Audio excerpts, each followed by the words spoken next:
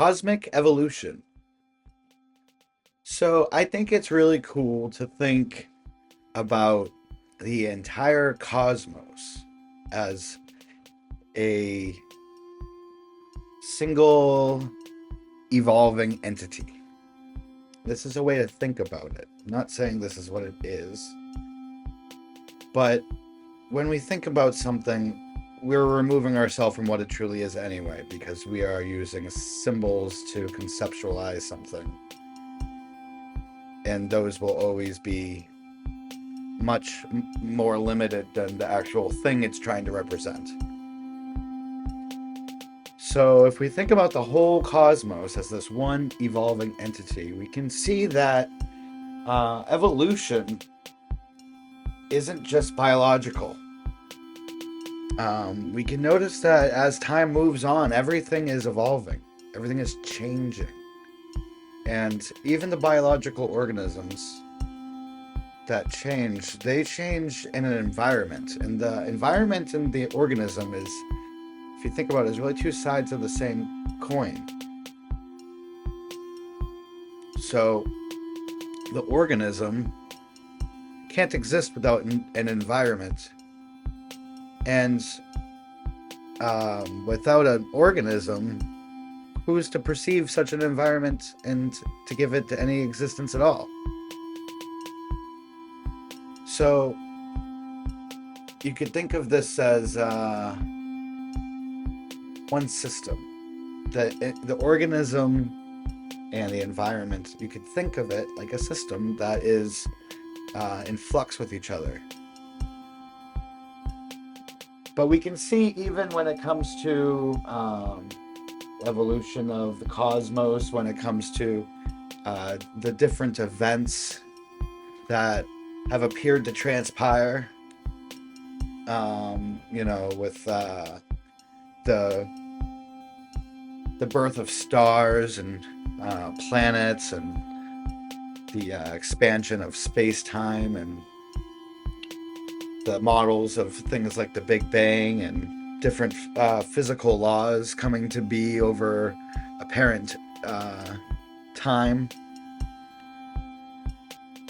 You can see that it's all evolving. Like, this planet didn't exist once, and it revolves around the sun, and it's basically, by revolving around the sun, is massed up to the point of being a planet.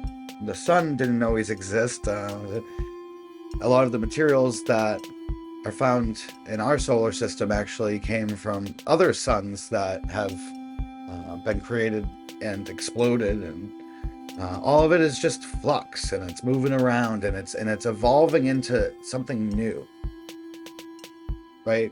So we also have Darwinian theories of evolution, which have been observed through science for many years, and that has to do with passing on favorable genes and environments that are conducive to the survival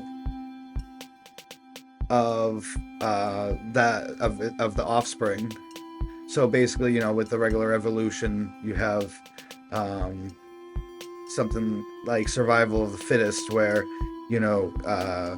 certain genes are more favorable for that organism in that environment, and that allows that organism to have a higher likelihood of living longer, and then having the opportunity to reproduce. And then when it reproduces, those genes get passed on to its offspring, and through that method there is an evolution.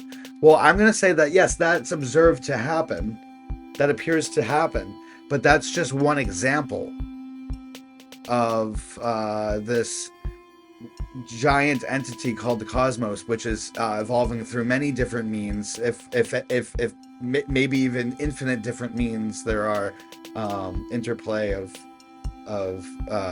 different forces and opposing forces, and an evolution of form in flux. Okay, so even like technology, when we look at technology, that's evolving. We look at the new iPhone, when that comes out, that's evolving. So you can see evolution in the cosmos. You can see it in life. You can see it in technology. You can see it in language. Language is always evolving. It's becoming more, just it's tweaking and tweaking and tweaking, just like the environment that it's being used, just like the organisms that are using it, just like the universe that those organisms live within, and just like the technology they use. It's all being tweaked and tweaked and tweaked. So I think it's kind of cool to look at evolution as an absolute appearance in this, from perspectives, from your perspective, it's an absolute appearance. Since time is an illusion that is created by thoughts, thinking about the past and thinking about the future and conceptualizing differences and changes and objects that move through space-time, I'm not going to claim that any form of evolution is absolutely true outside of perception. But through our perception, and our perception is constructed of thought, which modulates appearances, and thought itself is an appearance. So, within that realm, I would say that evolution appears absolutely. But outside of that illusion of perception, there is no evolution. And I don't mean that in sort of a religious creationist sort of way. I just mean that in the way that it's always now. So it's there is no time, so there is no evolution.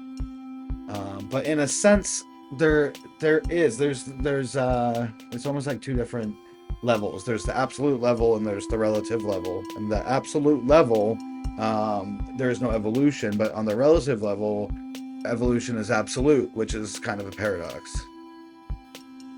And evolution, or rather relativity, is no other than absolute. It's superimposed perceptually onto the absolute, but it's also an illusion that the absolute is creating. It's like the Hindu concept of Maya. It's like the dance of Brahman, which, so it's the movement and the dance of the self, of the oneness, of the non-duality, that creates the illusion of time and evolution and all those things, but it's actually an illusion. So yeah, if you like this video, then please hit the like button. If you want to see more content like this, then please subscribe. If you know anybody who might like this, then please share it. If you have anything you want to say, then please comment down below. And if you want to get notifications whenever I drop new content, then hit that little bell. And I hope you have a great rest of your day.